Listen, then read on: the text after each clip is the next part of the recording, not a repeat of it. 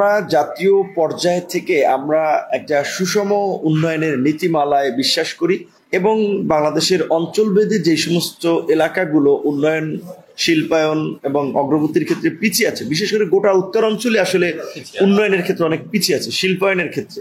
রাজশাহীকে আপনার শিল্প নগরী হিসেবে পরিকল্পিতভাবে গড়ে তোলার জন্য, বিশেষ করে পদ্মার পাড়ে আসলে অবস্থিত হওয়ায় এইটার একটা অপার সম্ভাবনা আছে।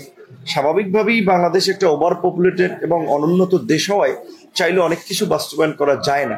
তবে আমরা একটা সুষম উন্নয়নের নীতিমালার মাধ্যমে আমরা রাজশাহীকে কিভাবে এগিয়ে নেওয়া যায় এবং মানুষের যে সমস্ত বিষয়গুলো প্রায়োরিটি আছে, কর্মসংস্থানের বিষয়টা, বেকারত্ব এবং কর্মসংস্থান কিন্তু গোটা বাংলাদেশেরই একটা ভাবনা আছে। কারণ আমাদের দেশে প্রায় আপনার উচ্চশিক্ষিত প্রায় 30 লক্ষ তরুণ রয়েছে। শিক্ষিত, অর্ধশিক্ষিত, অশিক্ষিত মিলিয়ে প্রায় কয়েক কোটি তরুণ বেকারত্ব রয়েছে। এই তরুণদেরকে যদি কর্মসংস্থান সৃষ্টি না করা যায়, তাহলে এই তরুণরা মাদকের দিকে ঝুঁকে পড়বে, অপরাধে জড়িত হবে, সেটা কিন্তু দেশের জন্য ভালো হবে না। সেই জায়গা থেকে রাজশাহী নিয়ে সবারই একটা আকর্ষণ, বিশেষ করে আপনার রাজশাহী সিটিকে নিয়ে আমাদেরও কিছু পরিকল্পনা আছে। সেটি আমাদের যারা স্থানীয় প্রতিনিধি রয়েছে, বিশেষ করে যারা সিটি কর্পোরেশন নির্বাচন করবে, তারা একটা পরিকল্পিত সিটি গড়ে তোলার পরিকল্পনা তুলে ধরবে। স্থানীয় নির্বাচন স্ব এলাকার সমস্যাকে রিলেট করে আমাদের দলীয় ইশতেহারেও আমরা সেটি তুলে ধরব। ওয়ালটন এখন দেশের সীমানা পেরিয়ে পৌঁছে গিয়েছে 50টিরও বেশি দেশে। ওয়ালটন, ঘরে ঘরে, বিশ্বজুড়ে। আগামী জাতীয় নির্বাচনে গণ অধিকার পরিষদকে মানুষের সামনে তুলে ধরা, সেই লক্ষ্য থেকে মানুষেরও যে একটা বিকল্প নেতৃত্বের প্রতি, রাজনীতির প্রতি যে আকাঙ্ক্ষা, আমরা আগামী সংসদ নির্বাচনে 300 আসনেই আমরা প্রার্থী দিতে চাই।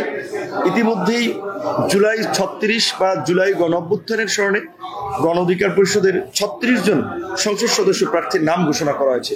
তার মধ্যে রাজশাহী 1 আসনেরও প্রার্থী রয়েছে। আজকে আমাদের আরেকটি সমাবেশ ছিল। মূলত আমরা এসেছিলাম রাজশাহীতে, রাজশাহী বিশ্ববিদ্যালয়ে ছাত্রদের সাথে মতবিনিময় বা ছাত্রদের যে আন্দোলনে ভূমিকা ছিল তাদের কথা শুনতে, আগামীর বাংলাদেশ এবং রাজশাহী বিশ্ববিদ্যালয়ের যে ছাত্র সংসদ নির্বাচন হবে রাকসু, সেটি নিয়ে তাদের পরিকল্পনা জানতে। সেখানে আমরা এই রাজশাহীতে উপস্থিত হওয়ায় আমাদের দলের পক্ষ থেকে জেলা ও মহানগর তাৎক্ষণিকভাবে একটি সমাবেশের আয়োজন করেছে। সেই সমাবেশেও আমরা রাজশাহীর 2 আসনের প্রার্থীকে পরিচয় করিয়ে দিয়েছি।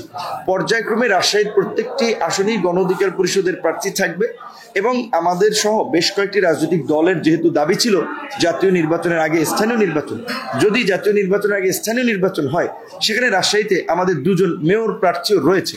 সো সামগ্রিকভাবে আমরা মানুষের কাছে একটি বিকল্প নেতৃত্ব হিসেবে, বিকল্প রাজনৈতিক দল হিসেবে তুলে ধরার জন্য আমরা আগামী জাতীয় সংসদ নির্বাচনে 300 আসনের প্রার্থী দেওয়ার পাশাপাশি এখন থেকেই আমরা স্থানীয় নির্বাচনের ইউনিয়ন পরিষদের চেয়ারম্যান, পৌরসভার মেয়র, উপজেলা চেয়ারম্যান, কমিশনার, এই ধরনের স্থানীয় নির্বাচনের প্রতিনিধিদেরকে আমরা ঠিক করছি। এবং একই সাথে আমরা একটা বিষয় বারবার বলছি, এটি একটি প্রাথমিক তালিকা। যে কোনো নির্বাচন, সেটি জাতীয় এবং স্থানীয় নির্বাচন, ফাইনালের পূর্বে এর তালিকা পরিবর্তন হতে পারে, প্রার্থী পরিবর্তন হতে পারে। এমনকি আমাদের দলের সাথে নাই, দলের পদ পদবিতে নাই, দল করে না, কিন্তু তারা এই পরিবর্তনকে ধারণ করে এবং পরিবর্তনের রাজনীতি করতে চায়।